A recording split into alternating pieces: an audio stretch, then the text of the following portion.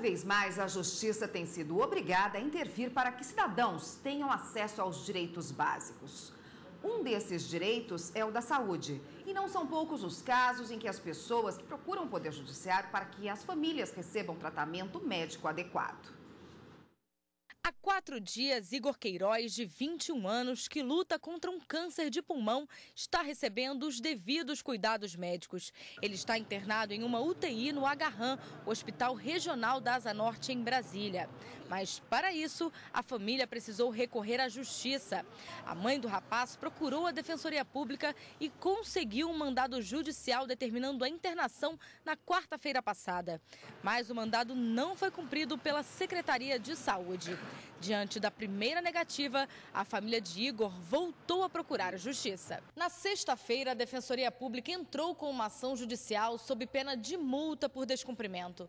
No mesmo dia, o paciente foi transferido para a UTI. Entre recusas e decisões judiciais, Igor ficou 5 dias aguardando em estado gravíssimo na emergência do hospital. Este é um dos casos em que o Judiciário precisou intervir para assegurar um direito fundamental do cidadão. Previsto no artigo 196 da Constituição Federal, a saúde é um direito de todos e dever do Estado. Só em 2013, a Defensoria Pública do Distrito Federal entrou com 1.396 ações contra a Secretaria de Saúde. Bom, e quem fala mais sobre esse assunto está aqui no estúdio comigo, é o advogado Zélio Maia. Boa tarde, doutor Zélio. Boa tarde. Bom, essa judicialização da saúde tem crescido? Hoje é uma discussão muito grande no Poder Judiciário, inclusive no Supremo Tribunal Federal, sobre a judicialização das questões relacionadas à saúde. E por quê? Porque após a Constituição de 1988, a saúde passou a ser universal. O que isso significa? Significa que a saúde agora é direito de todos. Antes de 88, só tinha acesso à saúde pública quem era contribuinte do antigo INAMPES. Então, da noite para o dia, o que aconteceu? Todos os estados passaram a ter para si a responsabilidade da saúde a todos. E, obviamente, a estrutura ainda não está da forma adequada. E, em razão disso, o judiciário tem sido sistematicamente chamado a responder aquelas demandas que o poder público não tem conseguido atender. E quais são as demandas que chegam mais frequentemente relativas à saúde aí ao judiciário? Evidentemente, o que mais chega ao poder judiciário com discussão de não entrega da saúde pública como deveria, e isso é mandamento constitucional, ou seja, o próprio texto da Constituição já especifica que é necessário dar saúde pública e de forma universal, são aquelas questões mais graves. Não é isso? Tem se verificado muito em vários estados, principalmente na área de assistência à saúde, que demande internação em UTI, ou então aqueles medicamentos de alto custo. São medicamentos que às vezes custam um tratamento 2, 3, 5, 10 mil reais mês. Então, isso, muitas vezes, o cidadão não tem condições de ter acesso a esse tipo de tratamento. E aí, obviamente, recorre ao poder público. O poder público ainda não tem a estrutura suficiente, ou por ausência de recurso, ou às vezes até por má administração, isso varia de estado para estado, e, obviamente, o judiciário é obrigado a intervir. Chegando até mesmo, até hoje, uma certa cultura em alguns estados de não dar a saúde pública, muitas vezes, aguardando que o Poder Judiciário atue e determine esse ou aquele outro caso. O senhor tem falado muito aí do setor público, né, da saúde pública, mas a saúde privada também pode ser questionada na justiça, também pode? Sim. Hoje em dia eu costumo dizer que a saúde pública, ela, em alguns aspectos, ela está até melhor do que a iniciativa privada.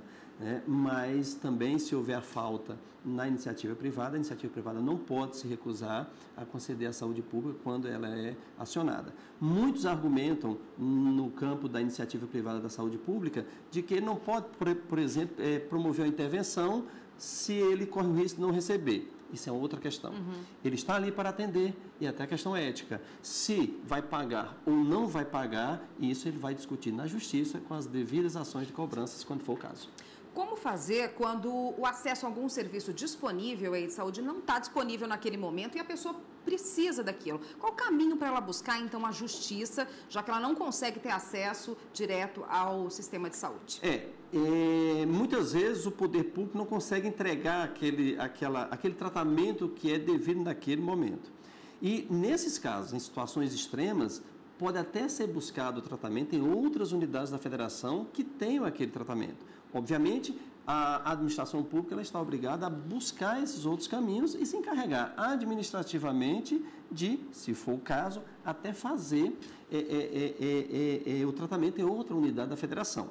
Quando isso é possível, ou seja, de alcançar esse tratamento em outra unidade da federação e o Estado se recusa a fazer isso, também a via judicial é o meio adequado de se alcançar isso. Caso o paciente morra à espera de um atendimento de saúde pública, a família tem algum direito? O que ela pode fazer? Claro que não dá para ser ressarcido de uma morte, né, de um parente, de um ente querido, mas que meios jurídicos ela pode buscar para que isso não se torne frequente, não venha ocorrer novamente? Aí já fica mais complicado. Por quê? Porque aí você vai discutir com a responsabilidade do Estado. Mas se ficar demonstrado que a morte da pessoa decorreu da ausência do serviço, é o que nós chamamos de responsabilidade objetiva com culpa do Estado, a chamada responsabilidade subjetiva, em que, demonstrando que a morte decorreu exclusivamente daquela situação, do atraso do tratamento, obviamente os familiares podem buscar as ações de indenizações cabíveis. Mas isso tudo vai demandar comprovação, demonstração nos autos do processo.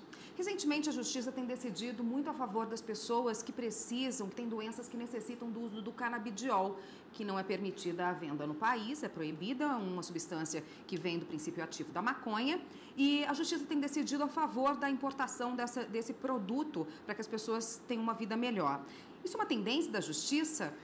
Essa discussão porque para conceder o medicamento pelo poder público, existe uma listagem fornecida pelo Ministério da Saúde, em que, nessa listagem, fora dessa listagem, o entendimento da administração pública é que não estará obrigado a fornecer tais medicamentos. Mas algumas decisões judiciais, levando em consideração situações graves e ausência de qualquer outra forma de tratamento médico, têm sim autorizado.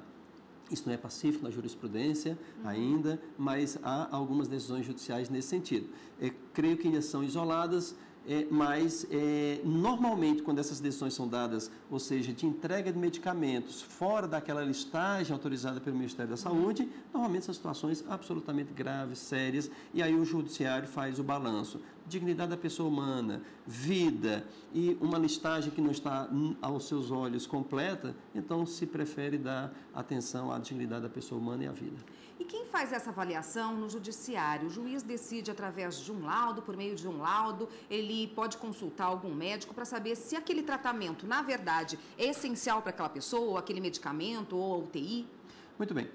Quando se entra com uma ação dessas, obviamente, a parte, por intermédio do seu advogado, deve providenciar toda a documentação comprobatória de que é necessário aquele medicamento ou aquele tratamento. Porque o judiciário não tem condições e até a situação de emergência não comportaria que ele viesse a fazer consultas para um perito médico. O paciente que comprova, então, com laudos. O próprio paciente apresenta todos os laudos, toda a documentação. Por meio de um advogado? Exatamente, por meio de advogado. E aí, uma vez comprovado isso, o juiz tendo ciência, estando convencido disso, ele defere a liminar. Se no decorrer do processo, o juiz, na avaliação de outras provas, verifica que aquela não é a situação real e que aquilo realmente não demandaria a entrega daquele tratamento, obviamente ele revoga a liminar. Mas normalmente isso é bem conduzido pelos advogados que buscam esse tipo de tratamento, até porque nessa área nós temos uma atuação muito grande da própria Defensoria Pública, que já tem um setor bem especializado nisso. Tá ótimo, muito obrigada pelos esclarecimentos. Estou à disposição. Conversei aqui com o Dr. Zélio Maia, advogado. Obrigada pela participação.